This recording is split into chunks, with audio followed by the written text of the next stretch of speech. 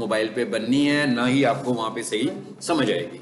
ठीक है, इसीलिए मैंने आपसे कहा था पहले दिन कि आपको क्या चाहिए, नोटपैड प्लस प्लस। और वो मैंने आपसे कहा था इंटरनेट से फ्री में इंस्टॉल हो जाएगा। नोटपैड प्लस प्लस डाउनलोड लिखेंगे तो खुद ही आ जाएगा, क्लिक करेंगे इंस्टॉल हो जाएगा। और जब वो इंस्टॉल होगा तो आपको उसकी ऐसी शक्ल नजर आएगी।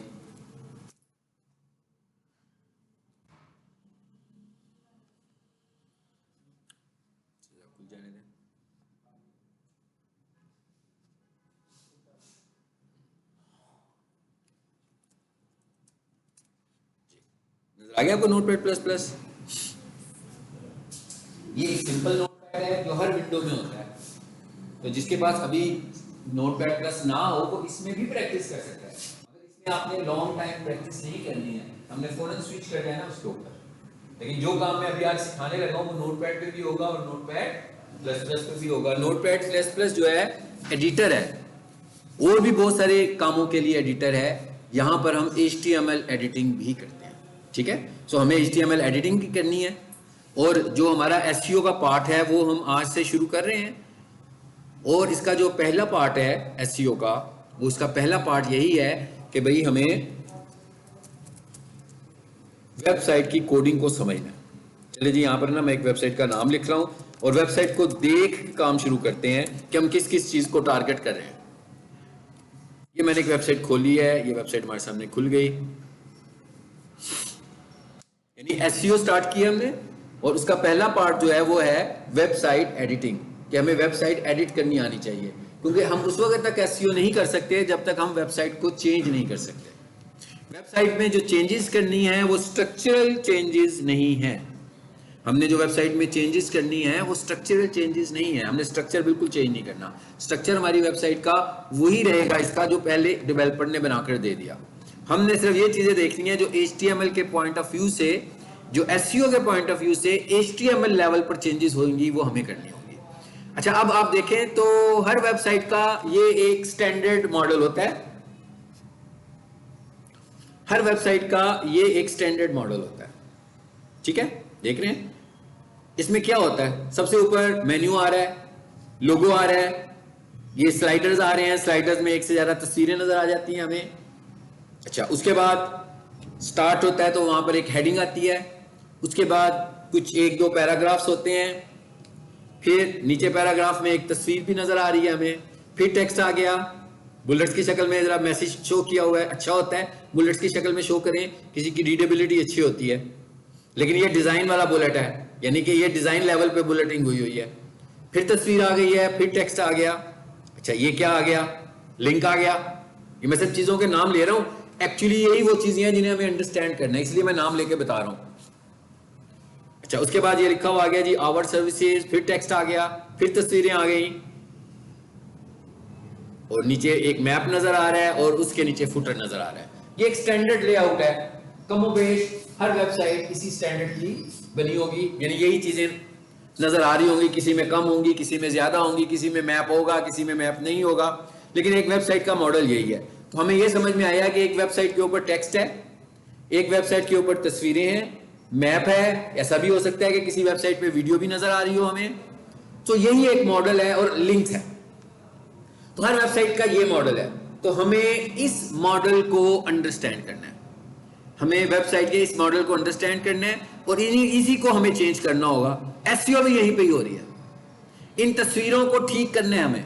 तस्वीर ठीक करने का क्या मतलब है कि ये नहीं कि इसके ग्राफिक्स अच्छे नहीं है या ये सही एंगल से खींची नहीं गई है, बल्कि इन तस्वीरों को जो वेबसाइट के अंदर इस्तेमाल किया गया है वो अच्छे तरीके से नहीं किया गया। तो हमने इनको अच्छे तरीके से वेबसाइट के अंदर इस्तेमाल करना है। अच्छा तरीका क्या हो सकता है कि भाई ये वेबसाइट का जो इमेज है ना, इसकी टाइप क्या होनी चाहिए। ये वेबसाइट का जो साइज है, इमेज का जो साइज है, ये 1 MB का है, ये 2 MB का है, इसका साइज छोटा होना चाहिए। इन चीजों को हमें देखना है।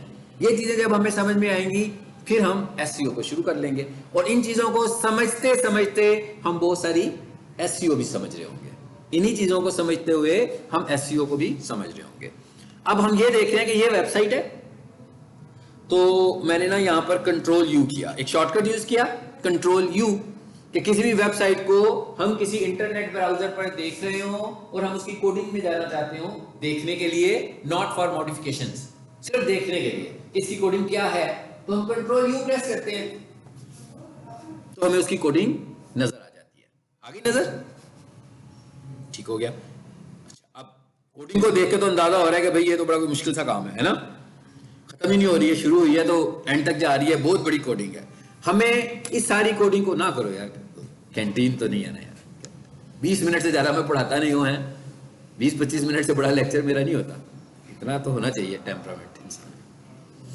तो ये कोडिंग बहुत बड़ी हमें नजर आ रही है, but it's not too long, इतनी लंबी नहीं है। हमारा जो काम है ना, इसमें से चंद टैग्स का काम है, सिर्फ कुछ टैग्स को हमें अंडरस्टैंड करना है, तो हम इस पूरी वेबसाइट को अपनी मर्जी के मुताबिक कर लेंगे एसईओ के हवाले से।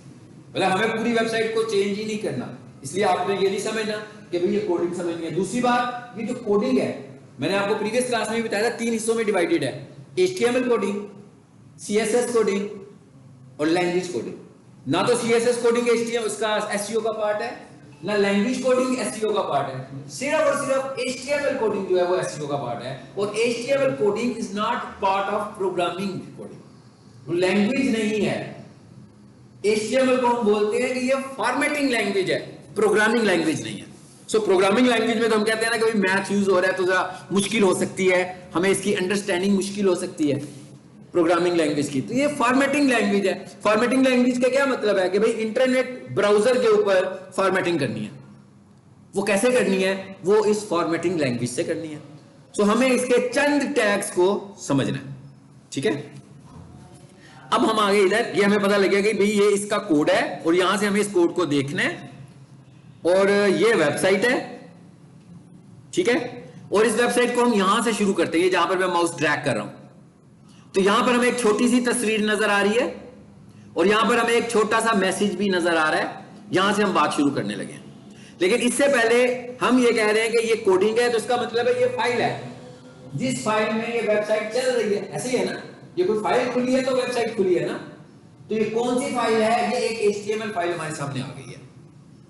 इसका मतलब क्या हुआ कि हमें इस फाइल को समझना है कि ये फाइल क्या है, ये फाइल कैसे बन रही है, इस फाइल का स्ट्रक्चर क्या है, इसको सेव कैसे करेंगे, इस पे काम कैसे करेंगे। तो सबसे पहले हमें क्या समझना है कि HTML फाइल का स्ट्रक्चर क्या होता है। जैसे मैं यहां से दिखाऊं आपको, तो भाई ये शुरू कहां से हो रही है, क्या लिखा हुआ है, HTML जी, ये कहां से शुरू हो रही है जी, HTML लिखा हुआ है, और ये एंड कहां पे हो रही है, देखते हैं, HTML। तो हमें सबसे पहले तो इसका स्ट्रक्चर समझना है, बल्कि पहले यूं करते हैं कि पहला काम हम सिंपल नोटपैड में करते हैं, उसके बाद हम इसे नोटपैड प्लस में लेके जाएंगे, ताकि आपको सिंपल नोटपैड की भी समझ में आ जाए। भाई सिंपल नोटपैड तो विंडो का हिस्सा है, तो जिसके पास भी विंडो 7 है, 10 है, 8 है, कोई सी भी विंडो 11 है, तो उसके पास सिंपल नोटपैड तो है। तो मैं इधर आया और यहां लिखा जी मैंने नोटपैड, वो सिंपल आ गया नोटपैड सिंपल वाला। इसे खोल लेते हैं, पहले इसको खोल लेते हैं और यहां पर हम इसका स्ट्रक्चर समझ लेते हैं। पहले हम ये देखते हैं कि जो हमारे पास HTML फाइल है, जो सोर्स खोला है मैंने, उस फाइल का स्ट्रक्चर क्या है। फाइल का स्ट्रक्चर क्या होता है, फाइल का सिंटेक्स क्या है, कि भाई कहां से शुरू होती है, कहां पे खत्म होती है, बीच में कौन कौन सी चीजें आ रही हैं।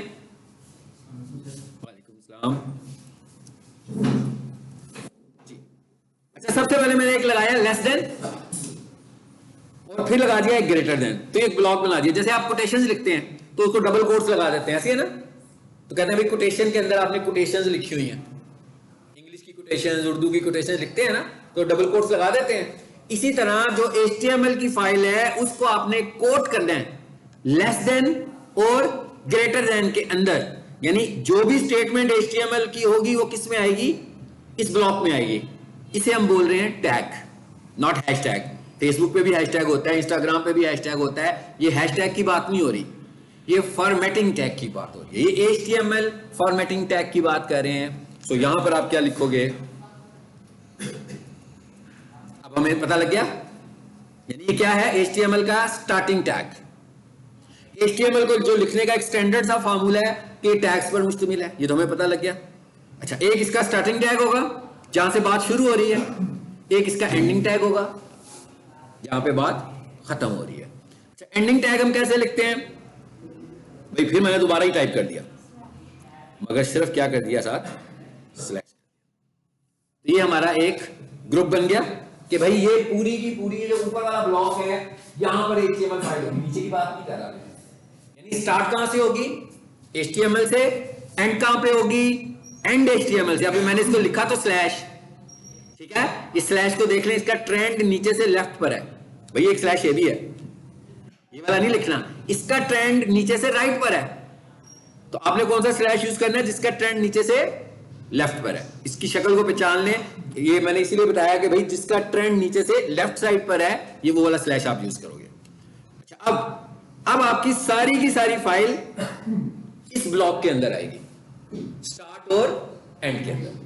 तो ये हमने पहले देखा स्टार्ट है, ये एंड है। अब हम ये देख रहे हैं कि इसमें है क्या। एक HTML फाइल जो होती है, इसका जो स्ट्रक्चर होता है वो ह्यूमन बॉडी के स्ट्रक्चर से बिल्कुल मैच करता है, मेरे और आपके स्ट्रक्चर से। तो इसका मतलब क्या हुआ? हमारा क्या स्ट्रक्चर है भाई? भाई पहले ऊपर सर आ जाता है, फिर बॉडी आती है, फिर टांगे आती हैं, ऐसी है ना? क्या हुआ भाई? हेड, बॉडी और फुटर, ऐसे ही है ना? सिंपल, यही सारा स्ट्रक्चर इसका। तो इसका मतलब क्या हुआ कि इसका पहला पार्ट कौन सा हुआ? हेड। अभी हम देखेंगे इसमें होना क्या है। अब आपको समझ में आ रहा होगा कि मैं लेस देन और ग्रेटर देन, लेस देन क्यों लगा रहा हूं, लेस देन और ग्रेटर देन क्यों लिख रहा हूं मैं साथ? तो ये कौन सा पार्ट आ गया? हेड का पार्ट। इसके बाद अगला पार्ट कौन सा है इसका? बॉडी का पार्ट कब आता है भाई? हमारा बॉडी का पार्ट कब आता है भाई? जहां से हेड खत्म होता है वहीं से आता है ना। तो इसका मतलब क्या हुआ? इसके नीचे होगा बॉडी। तो ये आ गई हमारी बॉडी, और इसको भी हमने एंड कर दिया। अच्छा, अब जहां पर बॉडी एंड हो रही है, आप समझ रहे हैं कि उसके नीचे से कौन सा पार्ट है? फुटर का। लिखने की जरूरत नहीं, ठीक। तो अब हमें पता लग गया कि एक HTML फाइल का स्ट्रक्चर क्या है। क्या स्ट्रक्चर है भाई? HTML से स्टार्ट हो रही है, अगला पार्ट हेड, उससे अगला पार्ट बॉडी, उसके बाद फुटर होता है, जो मैंने भी आपको वेबसाइट का दिखाया भी था, एंड पे फुटर ब्लैक कलर में नजर आ रहा था आपको, और फाइल कंप्लीट हो गई। अब अगर इसी स्ट्रक्चर को हम यहां पर देखने की कोशिश करें, इस वेबसाइट पे, जिस वेबसाइट का मैंने कोड खोला हुआ है, हाँ, देखते हैं कि क्या यहां पर ये सब वो स्ट्रक्चर फॉलो हुआ है कि नहीं हुआ जो मैंने अभी आपको दिखाया। तो पहले तो हमने देख लिया कि स्टार्ट तो ठीक है, ये HTML से ही हो रहा है, ऐसे ही है। अच्छा, उसके बाद अगला पार्ट कौन सा आ गया? देखें, हेड का आ गया। नीचे आए जरा,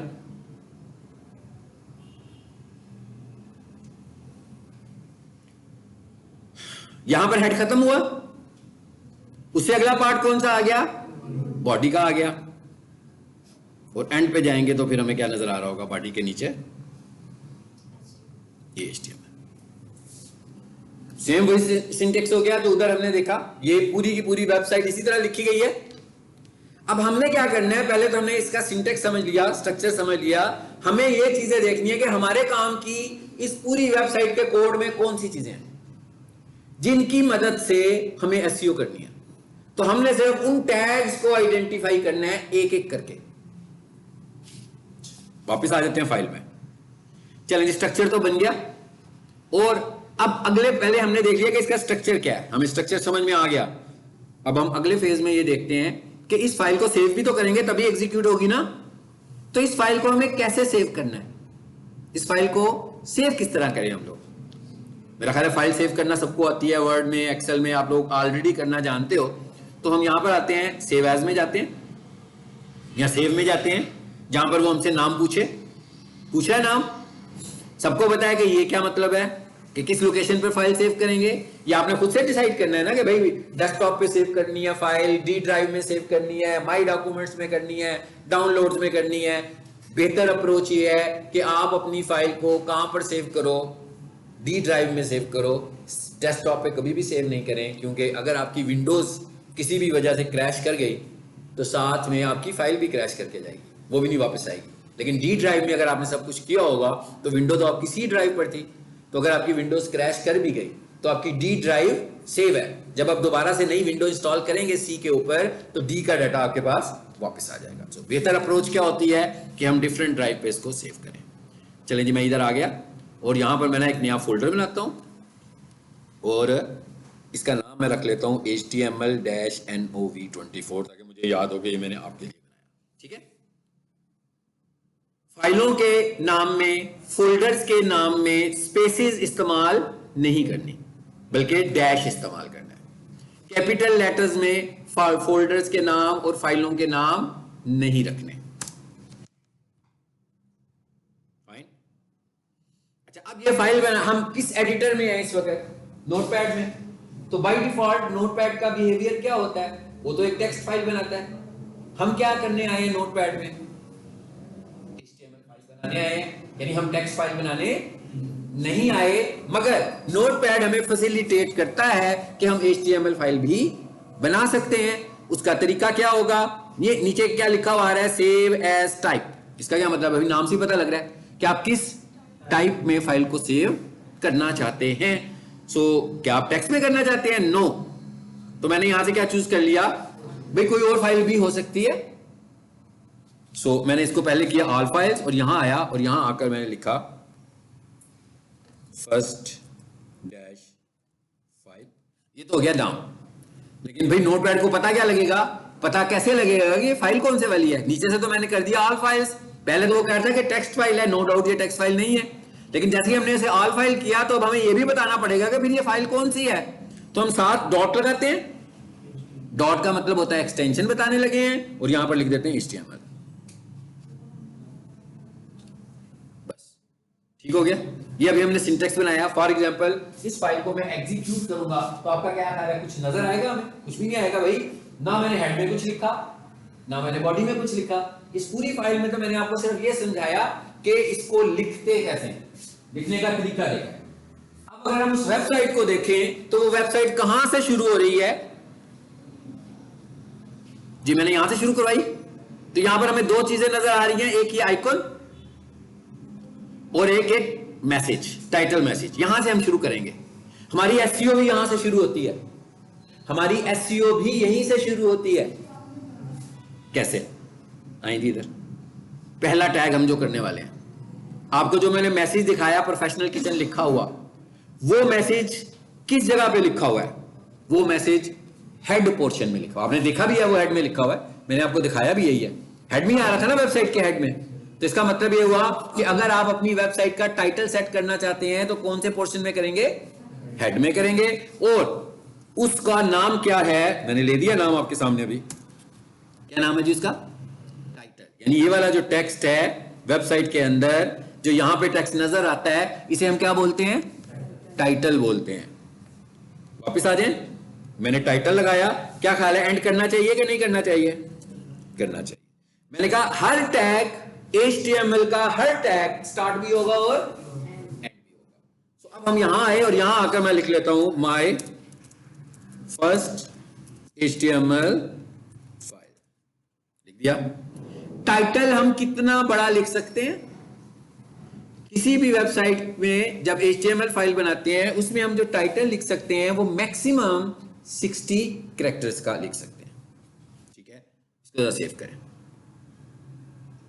सेव हो गई। अब जरा कुछ चेंज आएगी ना, जब एग्जीक्यूट करूंगा तो क्या नजर आएगा हमें? और तो कुछ नजर नहीं आएगा, सिर्फ ये नजर आएगा। ये कहां पे नजर आएगा? टाइटल बार में ऊपर। चलिए अब इस फाइल को जरा एग्जीक्यूट करके देखते हैं। ये सारा डेटा मैंने कहां पे सेव किया था? अपनी डी ड्राइव पे। ऐसे ही है ना, आपने देखा ना, मैंने आपके सामने सेव किया है जी।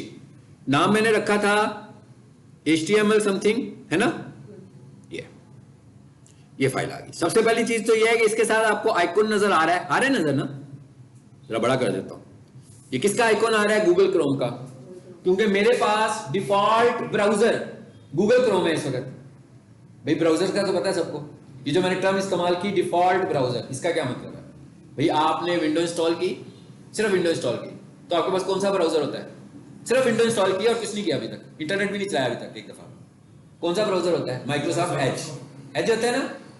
फिर आपने क्या किया कि भाई एज से आप कंफर्टेबल नहीं है, आपने कहा भाई मैं गूगल क्रोम इंस्टॉल कर लेता हूं, आप इंटरनेट एज खोला, वहां से जाकर आपने डाउनलोड कर लिया गूगल क्रोम या कोई और ब्राउजर। अब 2 ब्राउजर लोगे, खुलेगा एक वक्त में तो एक ही खुलेगा। फिर मैंने कहा कि भाई मैं जब भी इंटरनेट चलाना चाहूं तो मेरा स्टैंडर्ड ब्राउजर क्या होना चाहिए, गूगल क्रोम। तो इसे हम बोल रहे हैं डिफॉल्ट ब्राउजर, कि जिसमें हर दफा हमारा इंटरनेट चलने लगा हो। तो यहां पर हमारे पास डिफॉल्ट ब्राउजर का आइकन आ गया। इसका मतलब क्या हुआ कि आपकी फाइल ठीक बन गई है। अगर तो यहां पर टेक्स्ट आइकन आता तो इसका मतलब होता कि मैं HTML फाइल सही तरीके से नहीं बना पाया, कोई एरर करके आया हूं, कोई मिस्टेक करके आया हूं। तो इसी तरह अगर आप भी ये काम करें और यहां पर आइकन एज का भी ना आए और क्रोम का भी ना आए, बल्कि टेक्स्ट आइकन आए, तो इसका मतलब क्या हुआ कि आपने फाइल को सही तरह से सेव नहीं किया। सही सेव करने का मतलब क्या कि उसकी टाइप्स को आपने ऑल टाइप्स करके .html करना था। चलें जब इसको चलाते हैं और देखते हैं इसकी आउटपुट क्या है। देखें जी,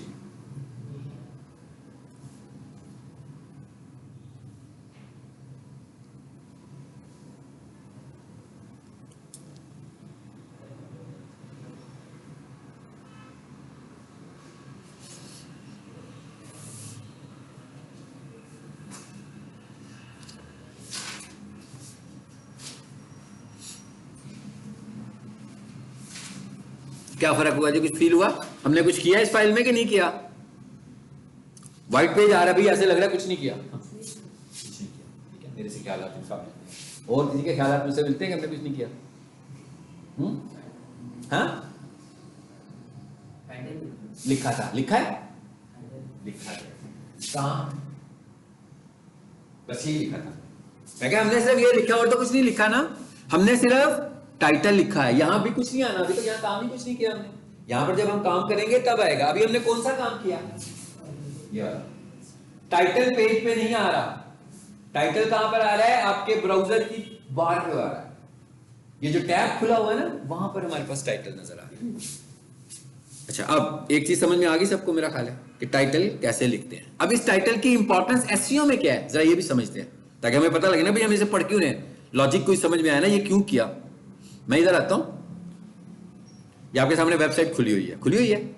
इसके ऊपर क्या लिखा हुआ आ रहा है? Best professional kitchen equipment. Title bar में लिखा हुआ आ रहा है बेस्ट प्रोफेशनल किचन इक्विपमेंट। मैं कहता हूं भाई मैं गूगल पर आया और मेरा एक कीवर्ड था, चलो मैं गूगल खोल के दिखाता हूं। वैसे तो मैं यहां भी लिख सकता हूं, लेकिन मैं गूगल पे जाके लिखता हूं। तो मैंने, मुझे जो देखना था, मुझे जो ढूंढना था, मेरा कीवर्ड था प्रोफेशनल किचन इक्विपमेंट। लिख दिया मैंने और एंटर कर दिया। वेबसाइट्स आई हमारे सामने, आई ना, वेबसाइट्स के रिजल्ट्स आए।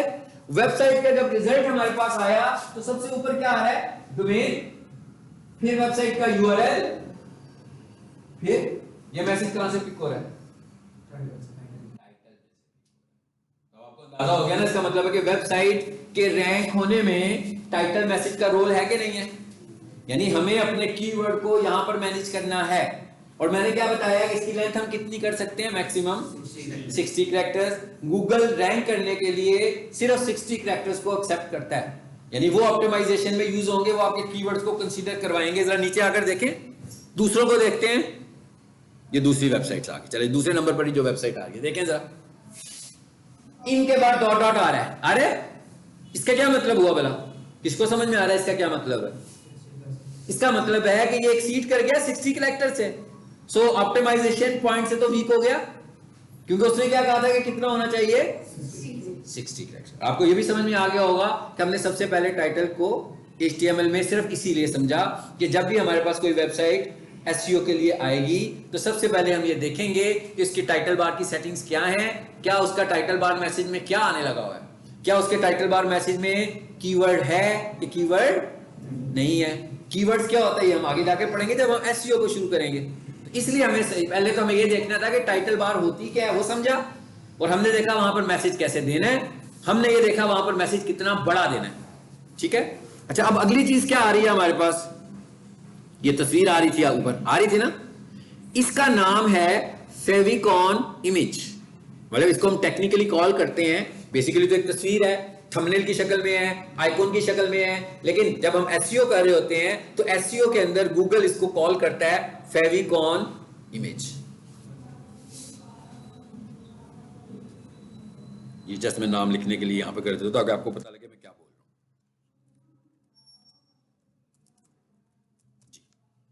क्या नाम है इसका? Favicon image.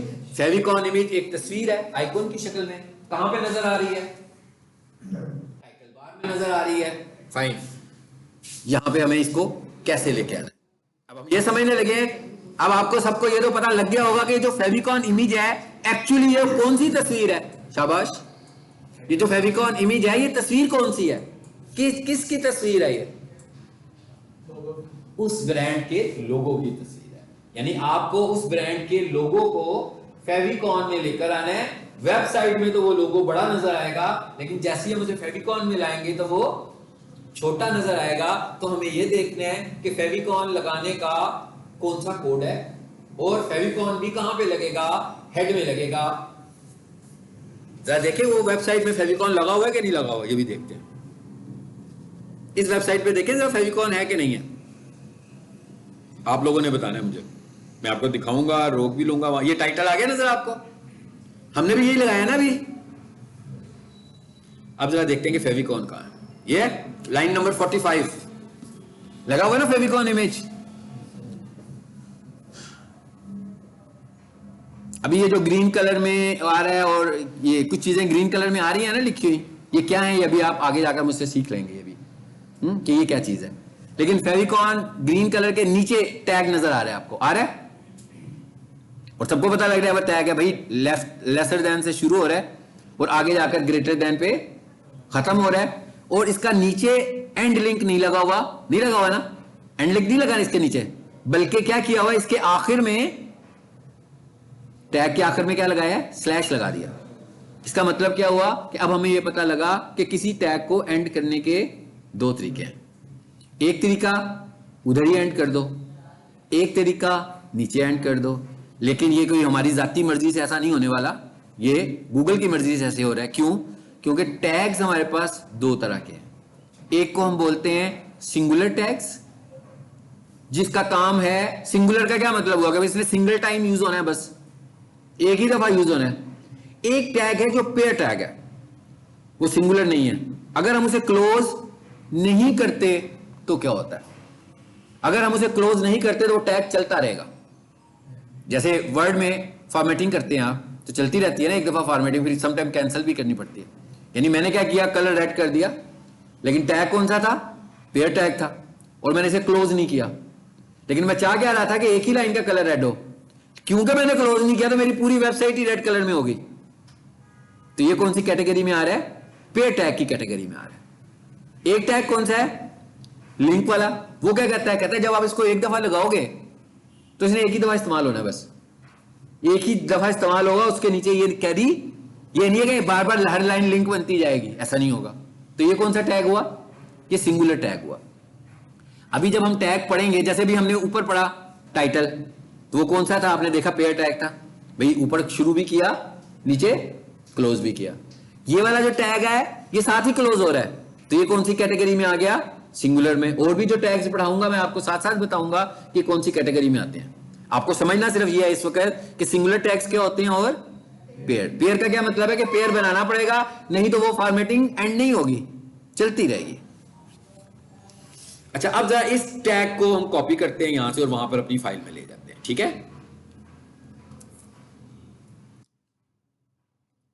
इधर आए और यहां लाकर मैंने इसे पेस्ट कर दिया। सबसे पहली चीज तो यह है कि यहां पर एक इमेज आ रही है ना? पहले तो मैं इसको खत्म करता हूं। एक्चुअली ये ऐसे होना है, ठीक है? उसके बाद मैंने टाइपिंग को सेव करने के लिए वहां से कॉपी किया सिर्फ। ये हमें इस तरीके से नजर आ रहा है जी, इस तरीके से लिंक यानी कि टैग। अब आपको पता लग गया फेविकॉन इमेज लगाना है तो कौन से टैग से लगाना है? लिंक के टैग से। लिंक के टैग को कहां पे लगना है? इसमें हेड में, नॉट टाइटल में। टाइटल हेड में लगना है। मैं कह टाइटल भी हेड में लगना है और लिंक भी हेड में लगना है। टाइटल खत्म हो गया, लगा और खत्म हो गया। हाँ, आप ये कह रहे हैं कि उसे टाइटल बार में लगना है, लेकिन बेसिकली हम इसको पूछ रहे हैं कि स्ट्रक्चर में उसने कहां पे फिट होना है, ठीक है? ठीक हो गया। अब इसका सिंटेक्स क्या है, इसका फॉर्मेट क्या है? इसे लिखना कैसे है? लिंक, आगे मैंने एक वर्ड लिखा REL। REL stands for relation. REL stands for relation. भाई रिलेशन का एब्रीविएशन है। हाँ, कहता है ये जो लिंक लगा रहे हैं आप, इसका रिलेशन क्या है, रिलेशनशिप क्या है? कहता है भाई इसका रिलेशनशिप ये है कि ये वाला लिंक शॉर्टकट आइकॉन के तौर पर लगे। जैसे विंडोज के डेस्कटॉप पर आइकॉन्स नजर आ रहे होते हैं, छोटे छोटे इमेजेस, कहता है इसको भी छोटा इमेज ही लगना चाहिए। तो इसके लिए हम इसको एक ऑप्शन दे रहे हैं REL की, लेकिन इसके लिए मैंने अभी वर्ड इस्तेमाल किया ऑप्शन। टैग के अंदर जब एक से ज्यादा ऑप्शंस इस्तेमाल हो तो उन्हें हम एड्रेस करते हैं एट्रीब्यूट के साथ। ऑप्शंस नहीं बोलते, ये तो मैंने समझाने के लिए वर्ड ऑप्शन इस्तेमाल किया। टैग कौन सा है? जैसे हेड का टैग था, उसमें कोई ऑप्शन थी, इसका मतलब है उसका कोई एट्रीब्यूट नहीं बताया। अभी मैंने अगला टैग बताया आपको लिंक का, टैग लिंक का है, उसके अंदर आगे ऑप्शन आ गई। पहली ऑप्शन क्या आई? REL। तो इस ऑप्शन को क्या कहेंगे हम? ऑप्शन नहीं कहेंगे, ये तो समझाने के लिए मैं वर्ड इस्तेमाल कर रहा हूं। बेसिकली हम क्या कहेंगे कि ये लिंक के टैग का एट्रीब्यूट है। लिंक किसी भी टैग के अंदर जो ऑप्शंस नजर आती हैं हमें, उन्हें हम क्या बोलते हैं? एट्रीब्यूट्स बोलते हैं। तो पहला एट्रीब्यूट क्या आ गया जिसमें REL। REL stands for relation equals to shortcut icon. तो कहता है भाई इसका रिलेशनशिप क्या है कि इसे शॉर्टकट आइकॉन लगाना है। ऐसे ही लिखना है जैसे हमने लिखा, शॉर्टकट एक वर्ड लिखा, स्पेस दिया, आइकॉन एक वर्ड लिखा, फिर आगे क्या लिखा हमने? स्पेस देके href। href भी एब्रीविएशन है, हाइपर रेफरेंस। सो ये क्या है? ये भी तो एट्रीब्यूट होगा ना, ये भी तो एक ऑप्शन ही है। तो इसका मतलब क्या हुआ कि हमने दो ऑप्शन इस्तेमाल किए, यानी दो एट्रीब्यूट्स। ये मैं वर्ड बार बार ऑप्शन इस्तेमाल कर रहा हूं अभी के लिए, नेक्स्ट टाइम मैं इसके लिए क्या वर्ड इस्तेमाल करने वाला हूं? एट्रीब्यूट। जब भी टैग के अंदर कुछ और होगा तो मैं कहूंगा इसका पहला एट्रीब्यूट, ये इसका दूसरा एट्रीब्यूट। तो ये क्या है? इसका एट्रीब्यूट है। सो पहला एट्रीब्यूट क्या है जी? REL। दूसरा एट्रीब्यूट क्या है? href। href stands for hyper reference. Hyper reference का क्या मतलब हुआ कि भाई इसमें फाइल कौन सी आ रही है वो भी तो बताना है ना। क्या तो है ना कि इमेज लगाओ, छोटा करके लगाओ, तो इमेज भी तो बताना पड़ेगा कि कहां है इमेज। तो इसका मतलब क्या हुआ कि यहां पर एक्स्ट्रा हमें एक इमेज की भी जरूरत है। पहले तो हम एक HTML फाइल पे काम कर रहे हैं, अब वो कह रहा है एक इमेज फाइल भी दो मुझे। इमेज के फॉर्मेट्स कौन से हैं जो हमारे लिए समझने के काबिल हैं? भाई सबको पता है, PNG, JPG। PNG इमेज का पता है ना आपको, जो तस्वीरें नजर आ रही थी उसका फॉर्मेट है PNG, उसका फॉर्मेट है JPG, उसका फॉर्मेट है GIF। ये तो वो स्टैंडर्ड फॉर्मेट्स हैं जो सब जानते हैं। लेकिन अभी जब मैं आपको IMG का टैग पढ़ाऊंगा, यानी IMG का अलहदा से टैग पढ़ाऊंगा इमेजेस का, फिर मैं आपको इसके और फॉर्मेट्स की भी बात करूंगा जो SEO के पॉइंट से हमें चाहिए, वो हम बाद में करेंगे। लेकिन अभी हम कह रहे हैं PNG। यहां पर आपको चाहिए PNG फॉर्मेट की फाइल, यहां पर आपको PNG फॉर्मेट की फाइल लगानी है, नंबर 1। नंबर 2, यहां पर आपको जो भी इमेज लगाना है आपने उसका नाम फेविकॉन रखना है फिक्स। यानी कि मैं अपनी मर्जी से कोई कंपनी का नाम नहीं रख सकता, बल्कि मैंने उसका क्या नाम रखना है? हर यहां पर लगा हुआ इमेज, जो इमेज आपने फेविकॉन के तौर पर दिखाना है, उसकी एक्सटेंशन टाइप PNG हो और उसका नाम फेविकॉन हो। अगर आपके पास किसी और नाम की फाइल पड़ी है उसको रीनेम कर ले और फेविकॉन कर ले। चलिए, अब हम इसका मतलब क्या हुआ कि मुझे एक इमेज की जरूरत है, ये सबको पता लग रहा है। इसका मतलब ये हुआ कि जब आप घर में प्रैक्टिस करेंगे तो आपको भी एक इमेज की जरूरत पड़ेगी। तो अगर आपके पास उस फोल्डर में इमेज नहीं होगा तो इमेज तो नहीं आएगा, आपको कहीं ना कहीं से इमेज लाना पड़ेगा ना अपने फोल्डर में। चाहे इंटरनेट से ले आए या आपके कंप्यूटर में कोई तस्वीर पड़ी है उसको ले आए, कोई भी इमेज आपको चाहिए। तो मैं एक काम करता हूं, मैं देखता हूं मेरे पास काफी सारे हो सकते हैं इमेजेस पड़े हो यहां। पहले देखिए डाउनलोड्स में कोई इमेज रखे हैं मैंने, रेनिमोरस में आ जाते हैं जी।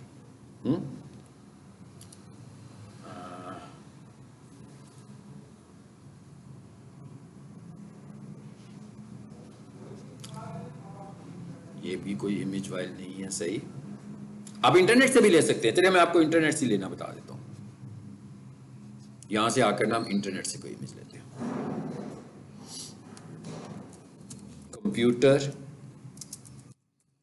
कोर्सेज PNG लोगो, PNG चाहिए था ना मुझे, और तस्वीर चाहिए थी, सो मैंने ये लिखा और यहां से मैं इमेजेस पे आया। अब यहां पर देख लेते हैं कि कोई पीएनजी पड़ी है इसके पास। ये लिखा तो इसने पीएनजी हुआ है नीचे, है ना। अभी आगे जाकर हम इमेज कन्वर्जन की बात भी कर लेंगे, कोई टेंशन नहीं है। अगर जेपीजी होगी तो मैं उसे पीएनजी कर लूंगा, अगर पीएनजी होगी तो मैं उसको जेपीजी भी कर लूंगा, ठीक है, ये इशू नहीं है हमारा। एनीवेज ये हमारे पास आई, हमने इस पर राइट क्लिक किया और सेव इमेज एज किया। जरा चेक करते हैं पीएनजी है कि नहीं है। पीएनजी है, फाइन। इसे कहां पे होना चाहिए? इसे उसी फोल्डर में होना चाहिए ना जहां पर आपकी HTML फाइल सेव हुई हुई है। सो मैं इसको वहां ले जाता हूं। आगे नहीं, यहां पर आए HTML पर, ये था भाई। नाम बहुत लंबा चौड़ा आ रहा है इसका, क्या नाम बताया मैंने होना चाहिए? अच्छा, एक्सटेंशन क्या कहा था? नाम भी फेविकॉन, एक्सटेंशन भी पीएनजी हो गई, लोकेशन भी वही होगी जहां पे इसको चाहिए था। फाइन, सेव करें। सेव हो गया। अब इधर आ जाते हैं वापस। अब इस फोल्डर में पड़ी है ना जहां पर फर्स्ट फाइल है, वहां पर एक HTML फाइल भी पड़ी है हमारे पास और वहां पर एक पीएनजी भी पड़ी है। क्रॉस चेक कर लें कि ऐसा है कि नहीं है।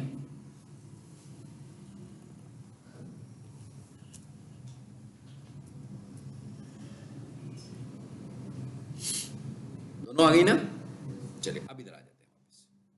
अब ये जो href है इसके बीच में मुझे क्या लिखना चाहिए? शाबाश, आप लोगों ने बताना है जी। गुड, यहां पर हम लिखेंगे favicon.png, लिख दिया। यानी अब इसका मतलब क्या हुआ कि हमने दो काम सीख लिए। नंबर 1, पहला क्या काम सीखा? टाइटल कैसे लिखना है। फिर हमने कहा फेविकॉन कैसे लगाना है। सेव कर लें इस फाइल को, चेंजेस किए हैं, सेव भी करना चाहिए। चलिए सेव कर लें। ये वाली फाइल थी हमारी, हाँ ये वाली फाइल थी हमारी। अभी तक तो फेविकॉन नहीं आ रहा इस पे, देखें इमेज नजर नहीं आ रहा। अब इस पे राइट क्लिक करते हैं, इसको रीलोड करते हैं, रिफ्रेश करते हैं, जैसे भी आप रिफ्रेश करना चाहें पेज को। तो अभी जरा देखते हैं कि इसको फेविकॉन दिखाया कि नहीं दिखाया। अभी तक इसने फेविकॉन हमें नहीं दिखाया। जरा चेक करते हैं भाई क्यों नहीं दिखाया, क्या इतराज है इसको।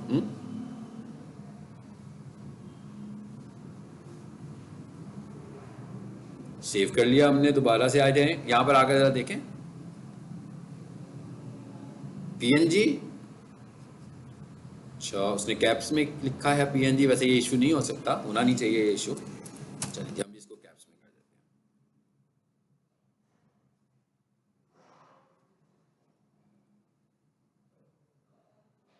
नो, Ctrl+C,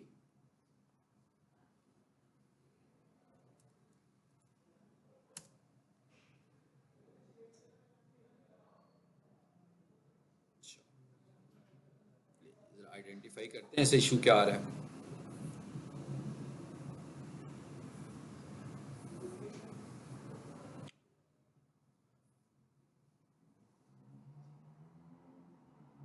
ये इशू नहीं है, इसको हम वापस वही कर लेते हैं। स्पेलिंग हमारे ठीक है फेविकॉन के।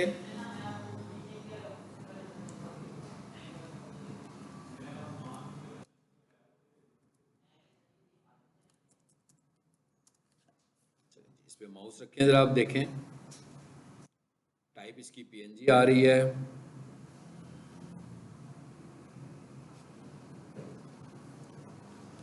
आप एक काम और भी कर लिया करें ताकि स्पेल मिस्टेक्स क्लियर हो जाएं। रीनेम पर आओ, इसे करें कॉपी और यहां लाकर इसको पेस्ट कर दें, ठीक है।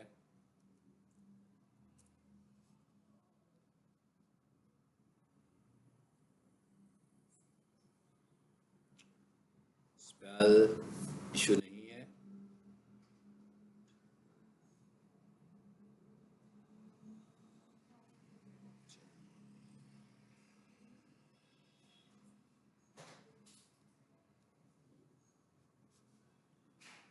इसको जरा बंद करें विंडो को।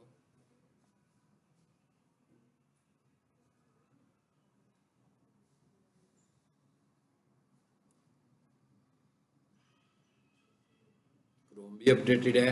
अगर कभी आपको फील हो गई काम सही नहीं हो रहा तो सबसे पहले अपने क्रोम का वर्जन चेक करें कैसे चेक किया मैंने? सेटिंग्स में गया हूं और सीधा मैंने अबाउट पे क्लिक किया, तो अगर उसका कोई नया वर्जन आया होगा तो ऑटोमेटिक खुद ही अपलोड हो जाएगा, खुद ही अपडेट हो जाएगा, आपको कोई अपडेट करने की जरूरत नहीं है। ठीक है, अब हम ये देख रहे हैं कि इसमें इशू इससे क्या हुआ है, क्यों ऐसे कर रहा है ये।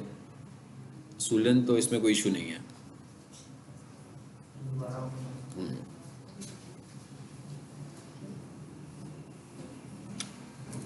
इसे दोबारा से जरा कॉपी कर लें और टाइटल, हेड और स्लैश हेड, पूरी लाइन को हम दोबारा से जरा डिलीट कर लेते हैं। चले,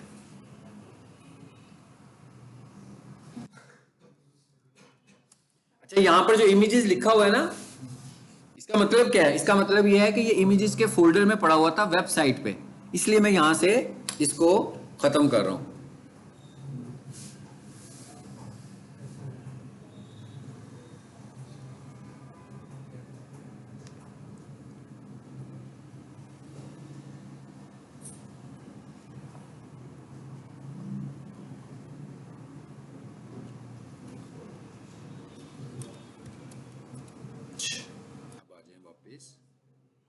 इसमें कहीं ना हमसे कोई छोटी सी मिस्टेक हो रही है।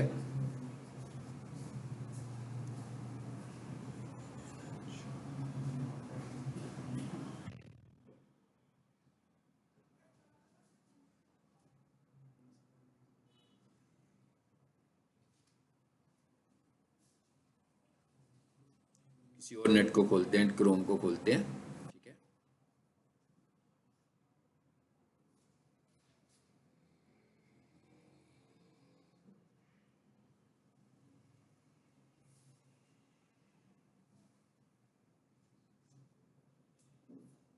इसे जरा बंद कर दें।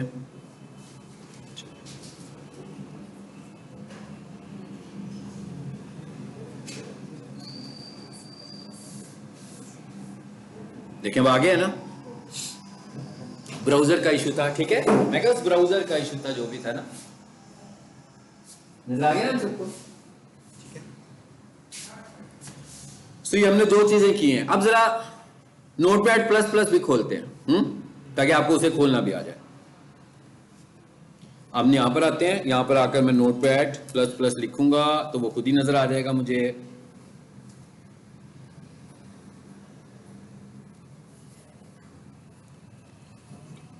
इसमें नोटपैड प्लस भी था भाई, कहां चला गया? अब सही आया। हाँ, यहां से इसे ओपन करें।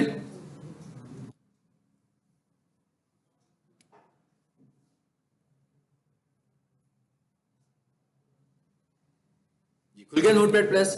ये मैं इसे यूज कर रहा हूं तो ये उसने मेरी रीसेंट फाइल्स खोल के मुझे दिखाई हैं। ठीक है, आप जब इसे खोलेंगे तो कोई एक फाइल हो सकता है कि बाय डिफॉल्ट इसमें खुल जाए, आप बेशक उसे बंद कर दें।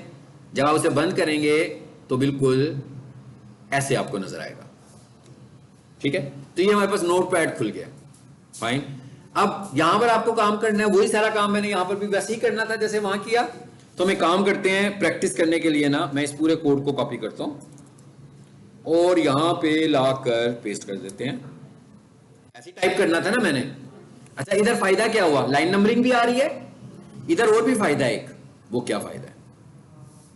जब हम कुछ टाइप करेंगे ना, जैसे मैं यहाँ पे कुछ टाइप करता हूँ, देखिएगा, मैं एक टैग टाइप करता हूँ जो हम अगली क्लास में पढ़ेंगे, एज। उसने सजेशंस दिए हमें कि भाई ये टैग्स हैं आपके, टैग की सजेशन दे रहे हैं ना हमको। आगे मैंने लिखा लिंक, देखिए फिर सजेशन दे रहा है हमें। तो इसका ये फायदा हुआ कि ये HTML के लिए हमें सजेशंस भी दे रहा है। अब अगर मैं इसको सेव कर लूं तो फिर हमें और फायदा होगा इसमें। सेव में आए जरा, कैसे सेव करना है जी? Save as. लेकिन यहां पर आपको टाइप करने की जरूरत नहीं है। यहां पर आपको ये क्या लिखा हुआ आ रहा है? सेव एज टाइप्स आ रहा है। आपको यहां पर जाना है और यहां से आपको HTML को चूज कर लेना है। HTML के लिए लिखा होगा हाइपरटेक्स्ट मार्कअप लैंग्वेज। जरा चेक करें कहां लिखा हुआ। मैं H प्रेस करता हूं, खुद ही मुझे वहां पे ले जाएगा। मैं कीबोर्ड से सिर्फ H प्रेस कर रहा हूं, वो H वाली कैटेगरी पे मुझे खुद लेके जा रहा है। आगे हूं मैं H पे। हाइपरटेक्स्ट मार्कअप लैंग्वेज फाइल, इसको चूज कर लें। चलिए, अब मैं इस फाइल को भी सेव कर लेता हूं। उसी में ही कर लेते हैं। चलिए जिसका नाम रख लेते हैं सेकंड फाइल, ठीक है, ताकि जरा ये फाइल अलहदा हो जाए और वो फाइल अलहदा हो जाए। अब तो कलर्स भी चेंज हो गए, अब कलर्स भी चेंज हो गए, अब बहुत सारी सजेशंस वो हमें देना शुरू हो जाएगा। देखिए पूरे का पूरा HTML की बुक उसने खोल कर दे दी हमें कि ये टैग्स है, हमें सिर्फ अपने रिक्वायर्ड टैग के साथ ही रहना है, ठीक है। अगर कोई वैसे HTML सीखना चाहता हो बहुत अच्छी बात है, लेकिन हमें जो SEO के टैग्स हैं, जैसे आज हमने 2 टैग्स पढ़े, वैसे तो बहुत सारे 4-5 पढ़े हैं ना, वो तो स्ट्रक्चर के लिए पढ़े थे, लेकिन एक्चुअली हमने टैग पढ़ा टाइटल का और लिंक का, ये 2 टैग्स हमने आज सीखे हैं, ठीक है। तो हमें इनके साथ रहना है और ये दोनों ही SEO के टैग्स हैं, ये दोनों ही SEO के स्टैंडर्ड्स हैं। यानी जब हम किसी वेबसाइट की SEO करेंगे, मैं उसका टाइटल भी चेक करूंगा और मैं देखूंगा उन्होंने फेविकॉन लगाया हुआ है कि नहीं लगाया हुआ। अगर उन्होंने फेविकॉन को खाली छोड़ा होगा तो मैं उन्हीं के लोगों को लाकर वहां पे लगाऊंगा, तो SEO का एक फैक्टर पूरा हो जाएगा। अगर किसी का टाइटल लेंथी है और उसमें कीवर्ड नहीं है, मैं उसमें कीवर्ड भी लेकर आऊंगा और उसको लेंथ में लेकर आऊंगा, तो SEO का एक बहुत बड़ा फैक्टर पूरा होगा, जिससे आपकी वेबसाइट टॉप पे रैंक करनी है। टाइटल में क्या मैसेज लेकर आना है, टाइटल में कीवर्ड लेकर आना है। जैसे हम एडिटिंग वाला पार्ट खत्म करेंगे तो SEO का जो पहला फेज हमने सीखना है वो कीवर्ड्स ही हैं, कि कीवर्ड्स क्या होते हैं और कीवर्ड्स को कैसे फाइंड करना है, product by product, client by client. तो हमें यहां से भी समझ में आ गया, वहां से भी समझ में आ गया। अब आपको आना दोनों में चाहिए कि नोटपैड में कैसे एडिट करें, लेकिन अब हम फ्यूचर में इसको नोटपैड प्लस में ही एडिट करेंगे हमेशा, ठीक है।